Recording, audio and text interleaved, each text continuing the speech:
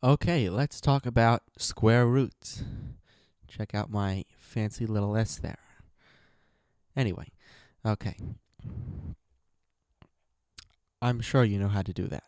Square root of 9 is 3. But just to review what a square root is, a square root is find a number that, when multiplied by itself, will give you the number inside this little square root sign. So 3 times 3 is 9. What number times itself will give 25? That's going to be 5. These are all perfect squares, so they're easy. But what if we have something like this that isn't a perfect square? Now, when it's not a perfect square, meaning there isn't a whole number that, when multiplied by itself, will give you this 8 here, we're going to end up with a square root when we simplify it. But what we can do is pull something out of the square root. So I'll show you the long way to do this first so you see how this works. Let's just change 8 to two different numbers being multiplied together. And one of those numbers is going to be a perfect square. So what's a perfect square less than 8? That would be 4, right? We can easily take the square root of 4. And so then 4 times what is 8? It's going to be 2. So all we did is change the 8 to 4 times 2. It's still inside the square root sign. But now here's the cool thing. We can actually separate the square root of 4 times 2 into the square root of 4 times the square root of 2. We just break it apart, and it's still the same thing. Now we simplify square root of 4 to 2, and we get 2 times the square root of 2. When you write them next to each other, it's the same thing. It's just being multiplied. 2 times the square root of 2. You don't need the little multiplication sign. So what we did is we simplified the square root of 8 to 2 times the square root of 2. Now, yes, we still have a square root, but we were able to sort of extract a whole number from it. So that's what we want to do in these problems. So square root of 18. Break that apart. 18 can be broken apart into a perfect square times something else. What's a perfect square less than 18 that can multiply by another whole number to get back to 18? Well, that would be 9. 9 is a perfect square, and we can multiply 9 by 2 in order to get back to 18. So now we can skip this step because we know that that's going to work. This is going to be the square root of 9 times the square root of 2. What is the square root of 9? It's 3. So we simplify square root of 9 to 3, and then we still have square root of 2. So the square root of 18 is 3 times the square root of 2 when we simplify it. The square root of 20. What is a perfect square less than 20? Well, you might think 16, but we can't use 16 because 16 doesn't multiply by a whole number to get back to 20. Neither does 9, so we're going to have to go down to 4. 4 times what is 20? 4 times 5 is 20. Simplify the square root of 4 to 2, and we get 2 times the square root of 5 is the simplified form of the square root of 20. Okay, square root of 48. What is a perfect square less than 48 that can multiply by a whole number to get back to 48? Well, you might think of 4, and 4 would work. But there is a faster way. It's going to be faster to simplify this if we go with a higher perfect square. Think about 16. 16 times 3 is also going to give us 48. So we want to try to use the highest perfect square. 4 would work as well, but then we'd have 4 times 12. And then 12 would have to be simplified as well. It'd be a much longer process. So always use the highest perfect square that's available. Square root of 16 is 4, and we're left with 4 times the square root of 3.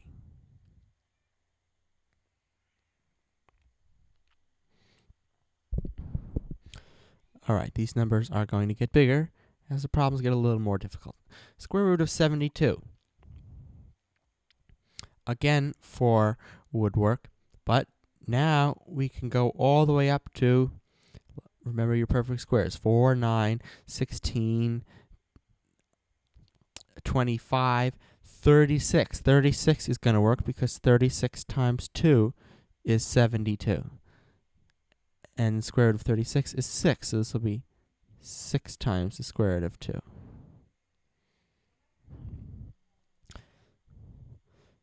Square root of 160. Now, before you panic, because of how large the number is, look, we have it right here. 16 is a perfect square. And if we use 16, what's left over? 16 times 10 will be 160. Square root of 16 is 4, so this will be 4 times the square root of 10. Now, you might be thinking, well, can we just leave 10 inside the square root? And the answer is yes, because square less than 10, that could multiply by a whole number to get back to 10, right? 9 doesn't multiply by anything, neither will 4. So 10 is a number you can leave inside square root.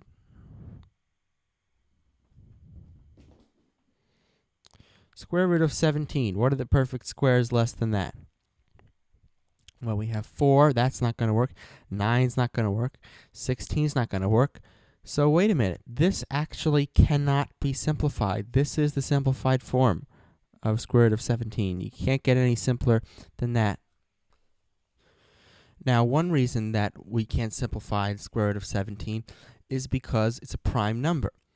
Prime numbers, you can't simplify them if they're under a square root, because a prime number means there's no other numbers other than itself and 1 that will multiply to itself. Itself and 1 doesn't really count as factors. In other words, the only factors of 17 are 17 and 1. Since that doesn't really count, there's no other factors of 17. Nothing else we can split 17 into. So we're just going to have to leave it like that.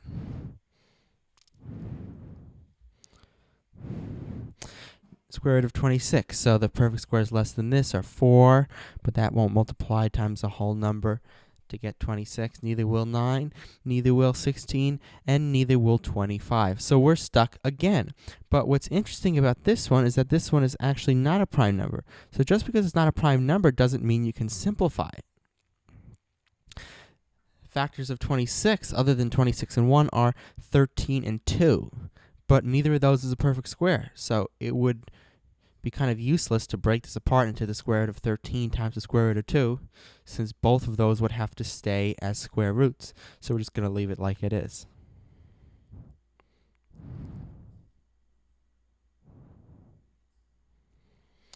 Square root of 320. Okay, so when you have a really high number like this, you might not always want to pick the highest perfect square that you can use if it's too high. So let's take out something easy. We know 320 can be divided by 4. Okay, so this would be the square root of 4 times what would be left, the square root of 80. Let's see if we can do this in one step. Square root of 4 times square root of 80 is 2 times the square root of 80. We just simplified square root of 4 in one step. Now, break apart square root of 80. Perfect square that we can use would be, we could use 4 again, but that would leave us with 20. So let's use a higher number. Let's use 16. That only leaves us with 5. So this will be 2, this 2 here, times break apart square root of 80 into square root of 16 times square root of 5 is 4 times square root of 5. And now we just multiply these two numbers together. 2 times 4 is 8. So this will be 8 times the square root of 5.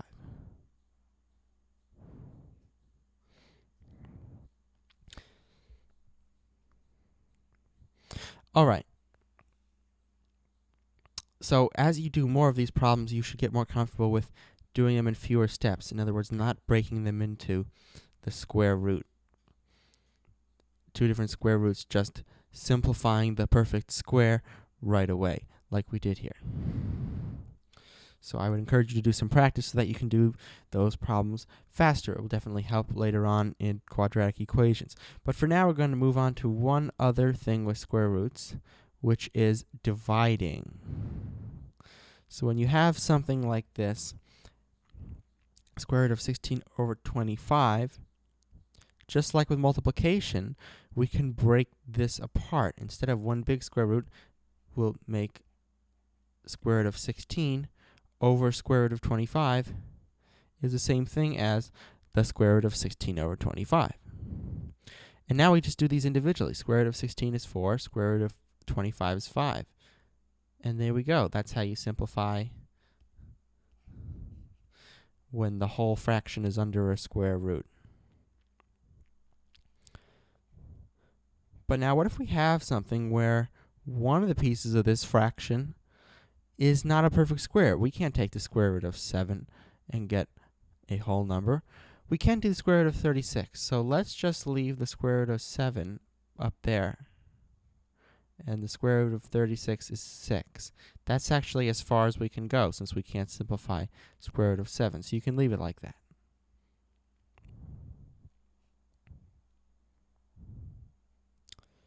Square root of 7 over 2. Now, neither of these we can take the square root of individually.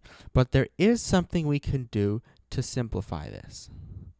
Let's first break this apart into square root of 7 over square root of 2. This is called rationalizing the denominator, or in other words, turning this irrational square root into a rational number, meaning a whole number in this case. So how can we do that?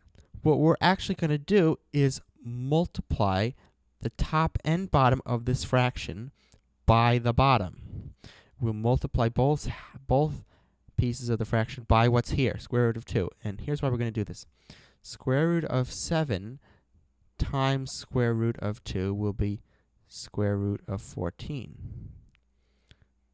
Square root of 2 times square root of 2 will be square root of 4, which is 2. So look what we did. We actually eliminated the square root here by multiplying it by itself. We multiply it by itself and then multiply by the same number in the top half of the fraction. And now this is a simplified form. You don't want to have a fraction in the denominator. The reason being is because it's very hard to approximate what something's equal to when you have a fraction in the denominator. So you want to do what's called rationalize it, where you multiply it by itself and then do the same to the top half of the fraction.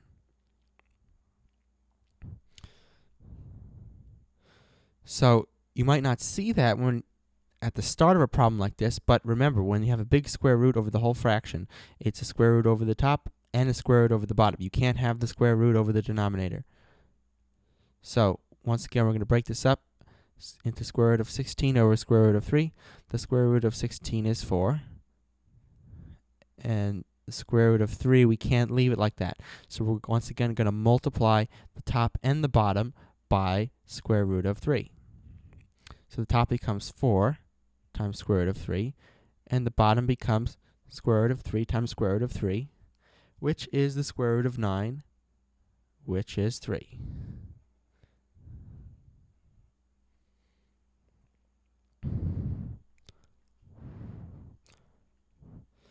So that is what we're going to be doing here, rationalizing these denominators. Okay, so square root of 11, we're going to leave it like that. Square root of 20, we can break this apart. This will be the same as the square root of 4 times the square root of 5. And the square root of 4 is 2. So this is 2 times the square root of 5. Now, we have this whole thing here, but we only need to get rid of the square root of 5 part. So we're going to multiply the top and bottom by square root of 5. Square root of 11 times square root of 5 is square root of 55. Square root of 5 times square root of 5 is 5. It's always like that when you square a square root. It's just the number without just the number inside it. That's what it becomes. So this will be 5 times 2, the 2 here, which is 10.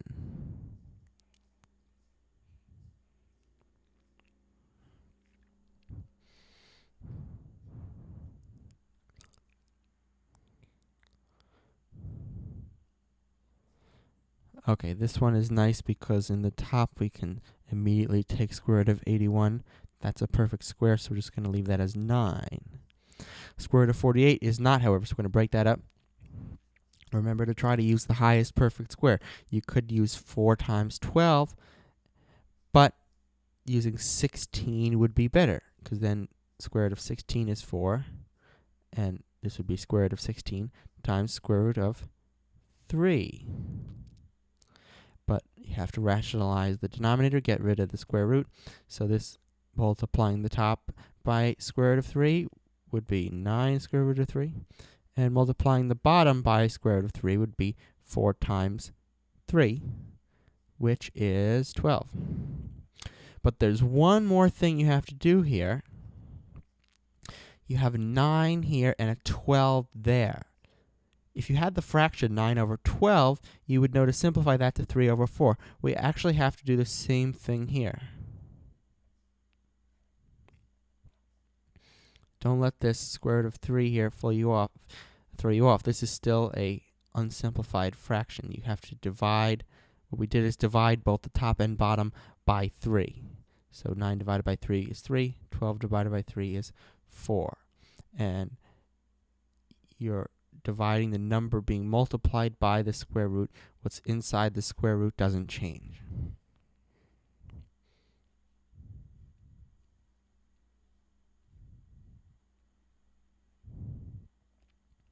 All right, in this one we have a numerator and a denominator where both can be simplified, but neither is a perfect square, so we have to use this other method of simplifying. So square root of 32 can be broken up into square root of 16 times square root of 2, which is 4 square root of 2. Square root of 172. Again, think high. Don't just use a small little perfect square like 4. What's the biggest one we could use? It's actually going to be 81. No, sorry. Not 81. It looks like... This one is a tough one. Actually, 81 is not going to work. 81 times 2 would be 162. You know what? I think that's what I meant to put in here. Okay. Yes, this should be 162. Okay, so think big. You want to use 81 here. Square root of 81 would be 9. And then 81 times what? It's 162. 81 times 2. So this will be square root of 2. Now look here. We have square root of 2 being multiplied by a number on top and the same thing in the bottom. So because of that, we can divide the top and bottom by square root of 2. And both of them just go away. And this becomes, quite nicely, just 4 over 9. When you're multiplying by the same thing in the numerator and denominator, even if it's a square root, you can just get rid of them.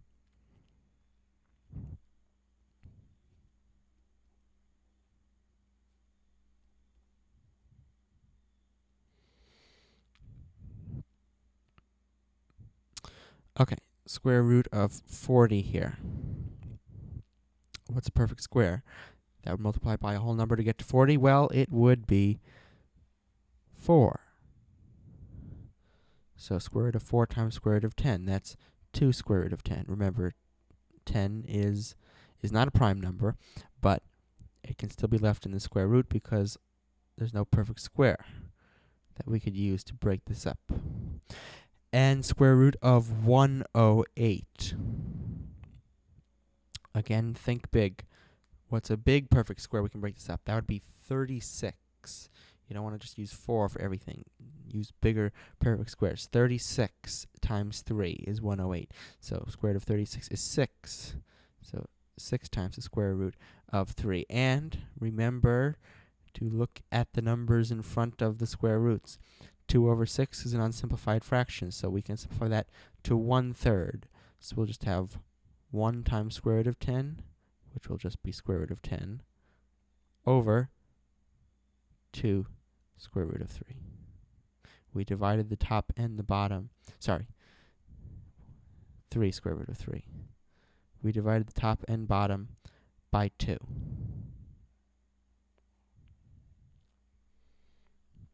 Okay, that's quite a bit of square root practice. We practiced the simplifying of the square roots a lot, as well as the dividing. So this is an important skill for quadratic equations and many future algebraic topics. That's why we spent so much time on it. We're going to continue with a similar thing in the next video, but we're going to introduce something new as well. It's called imaginary numbers. So, see you in the next video.